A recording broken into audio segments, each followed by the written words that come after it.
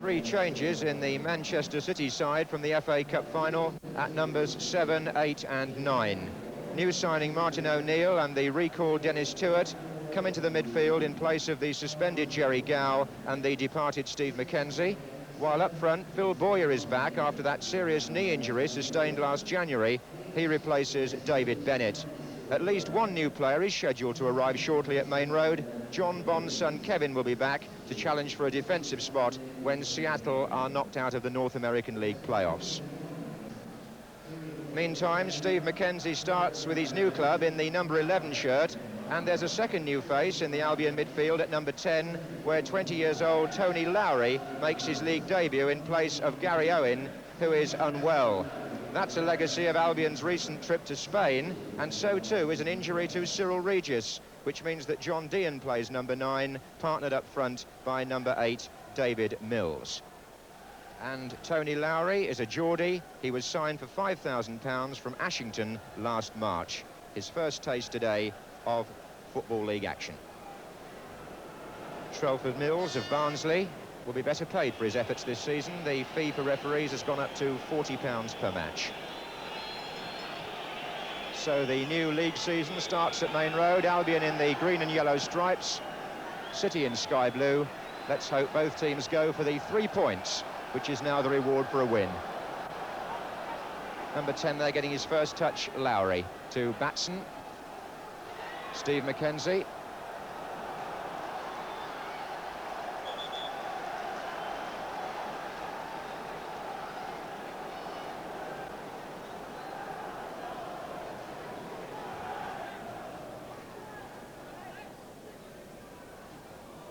And a corner to Albion, given away by Power.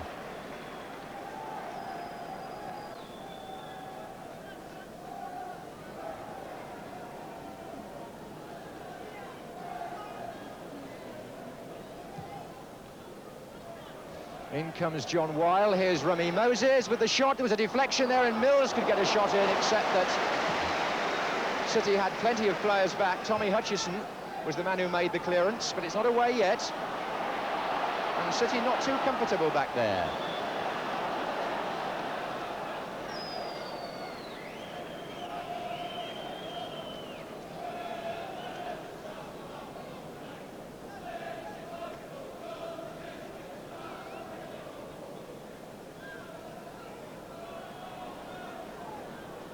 Here's O'Neill.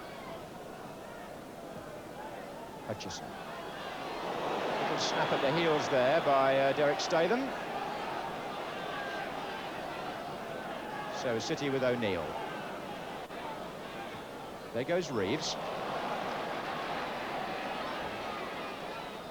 Ramsden. Ramsden's cross.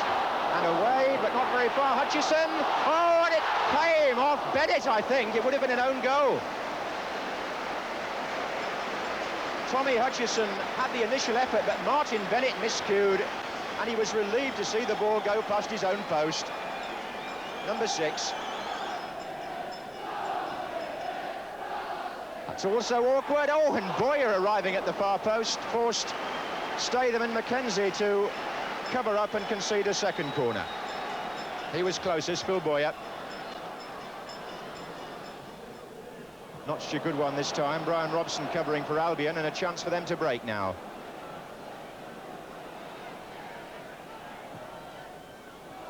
Tommy Caton on his way back.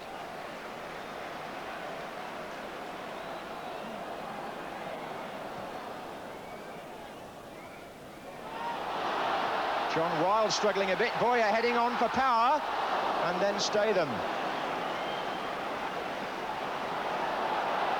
Well, I thought that might have been a corner as well, but the referee says goal kick. Or else he's penalised Paul Power for a spot of pushing as he ran for the ball. That's more likely, I think.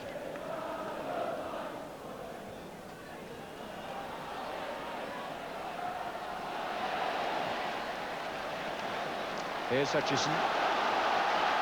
Power's made a good run from the midfield into the inside right position. Here he is. Played across towards Phil Boyer for the head back, and Tommy Hutchison.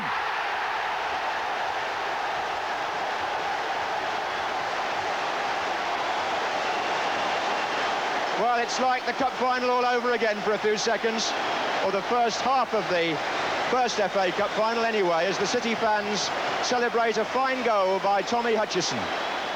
But what a good knockback by Phil Bowyer. Paul Power initially made a good run into the inside right channel. The ball fed across for Bowyer. A beautiful knockback by him, and look at the aplomb with which Tommy Hutchison took that first time. That's a sign of his wide range of skills, and it's the first goal of the new season at Main Road after 15 minutes of this opening league match.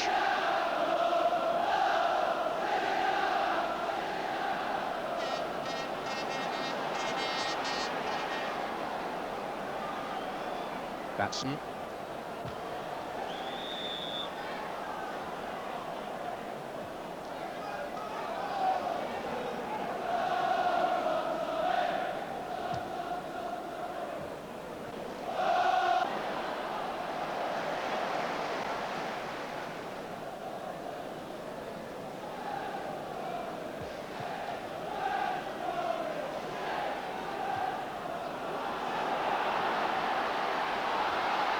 Confusion again here. This is Paul Power with a chance. Good save by Tony Godden.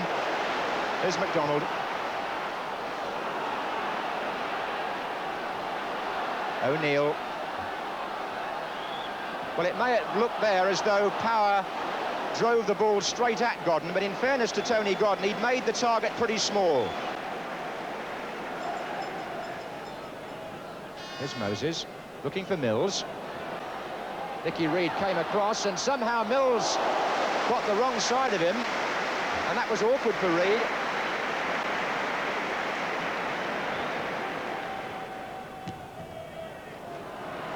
And City can break here with 3 against 3 for the moment. That's a fine ball by Ray Ranson out to Kevin Reeves. Phil Bowyer steaming through the centre. Here's Hutchison, here's Tuart, Moses in the way. Hutchison won it back for City. Looks for support, not much around at the moment. But how about that? To Ranson. And he gets a corner off Batson. Fluid play that by Manchester City. Tommy Hutchison again using the full width of the field.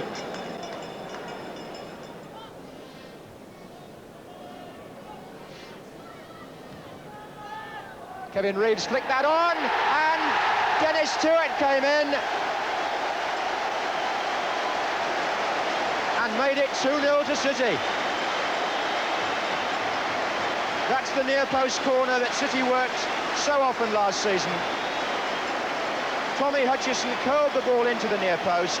Kevin Reeves with the back header, and Dennis Tuart knows how to finish those.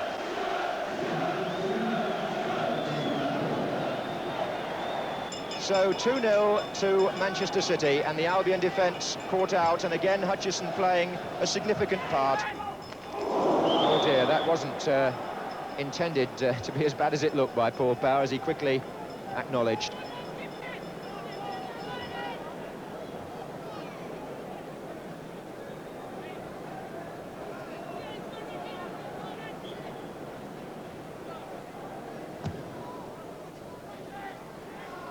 Oh, a back header by Tommy Caton, and the referee blows for half-time,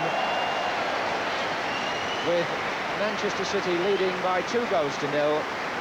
And Tommy Hutchison, the scorer of the first goal and the maker of the second, with Dennis Tuart finishing it off. And the home side receive a generous ovation as they come in at half-time.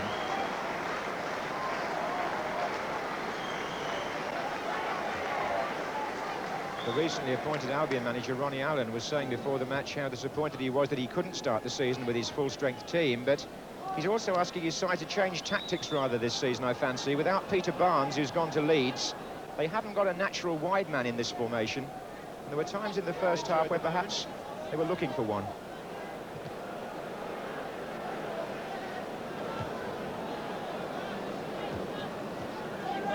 Here's Lowry playing on the left now, having switched. Here's Robson. Switched in the first half, in fact. There goes John Dean. Batson. Moses. Dean. Oh, Mills is pulled away here. And Brian Robson will be unhappy that he couldn't have kept that down. But even more unhappy, I should imagine, the City defenders for allowing David Mills that sort of room. That at First Division level you don't often see.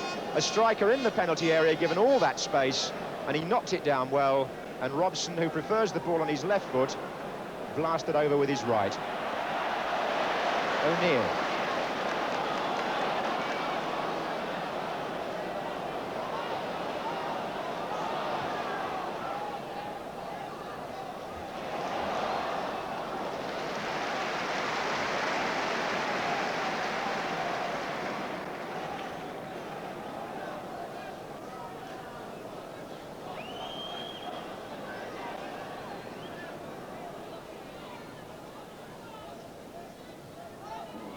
McDonald. Tuart up there, stay them away. Here comes Ransom.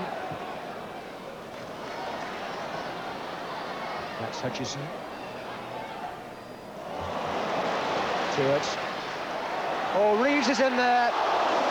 Not quite enough power on the ball to get it away from Tony Godden. Again, good simple football by Manchester City. Patient build-up. The ball well crossed, Dennis Tuart involved, and Kevin Reeves with the downward header, which Godden, going to his right, dropped on thankfully. Offside against David Mills.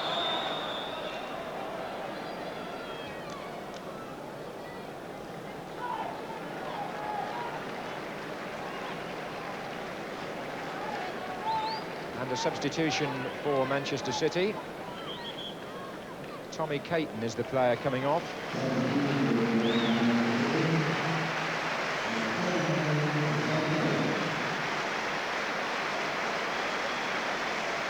No doubt got an injury, and the substitute is Tony Henry, a versatile player. And we shall see whether or not he goes straight into the back four in Caton's position.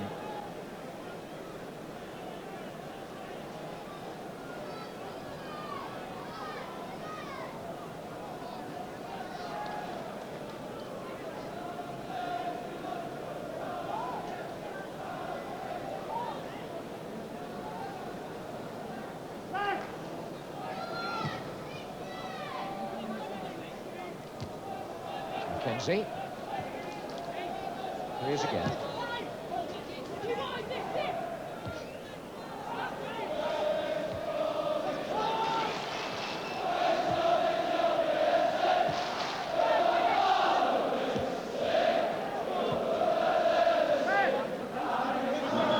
And so West Bromwich Albion now make their own substitution with Tony Lowry coming off on his league debut. And he'll be replaced by another 20-year-old, Nicky Cross, number 12, who had a couple of appearances as a sub at the end of last season and scored a fine goal against Spurs just before the cup final.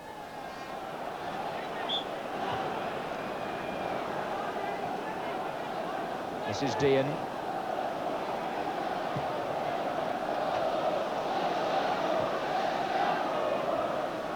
Statham. Robson, Moses, Robson, Mills, Robson! Went down under a heap of tackles and has got a penalty. Well, a real chance now for Albion to get one back. Martin O'Neill was the player nearest to Brian Robson when he fell, but there was more than one City man in there. Robson had played the initial 1-2. It was a good move, one of the best of the match for Albion. O'Neill went to challenge, Robson stumbled, tumbled, went down, and referee Telford Mills instantly gave a penalty. So, David Mills entrusted with the kick. Gary Owen, not playing today, might have taken it. And Mills scores.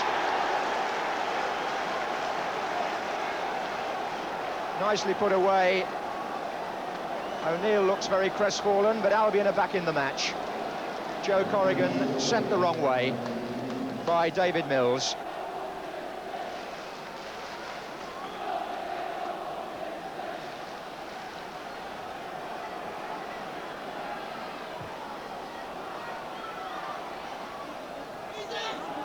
fairness to Albion, it was a very good build-up which led to that incident, and Robson might well have scored anyway.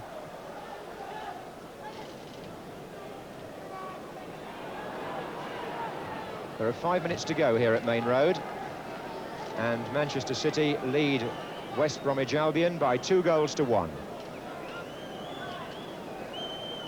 John Dean for Albion. Batson joins the attack, finds Henry in the way. The ball, I think, might have gone over the line for a corner on the ricochet. Or was there even a possibility of handball in there? Brendan Batson may have been appealing for rather more than a corner. But that's what referee Mills has given.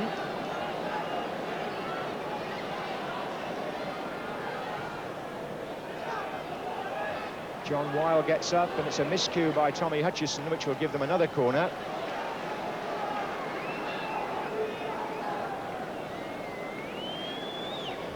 So Weil stays forward.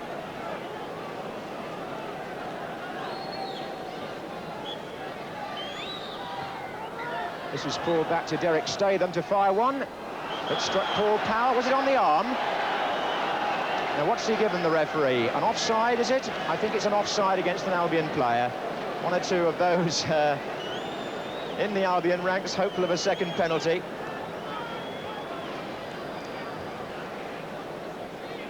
And I must say, there's been a certain discomfort about the City defence when it's been put under pressure.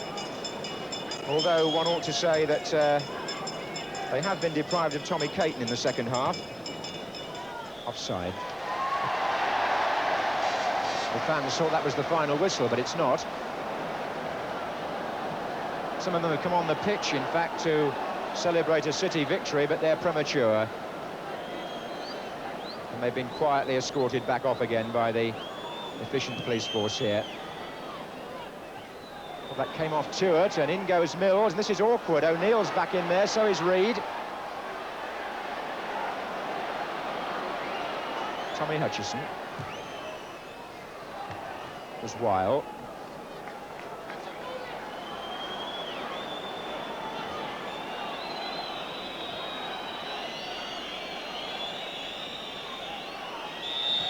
Well, 3 points for a win this season in the Football League, so 3 points to Manchester City. Brian Robson missed a good chance, but also earned a penalty in the second half as Albion came back, but it wasn't enough. And the first half performance good enough to ensure the points for Manchester City, who beat West Bromwich Albion by 2-1.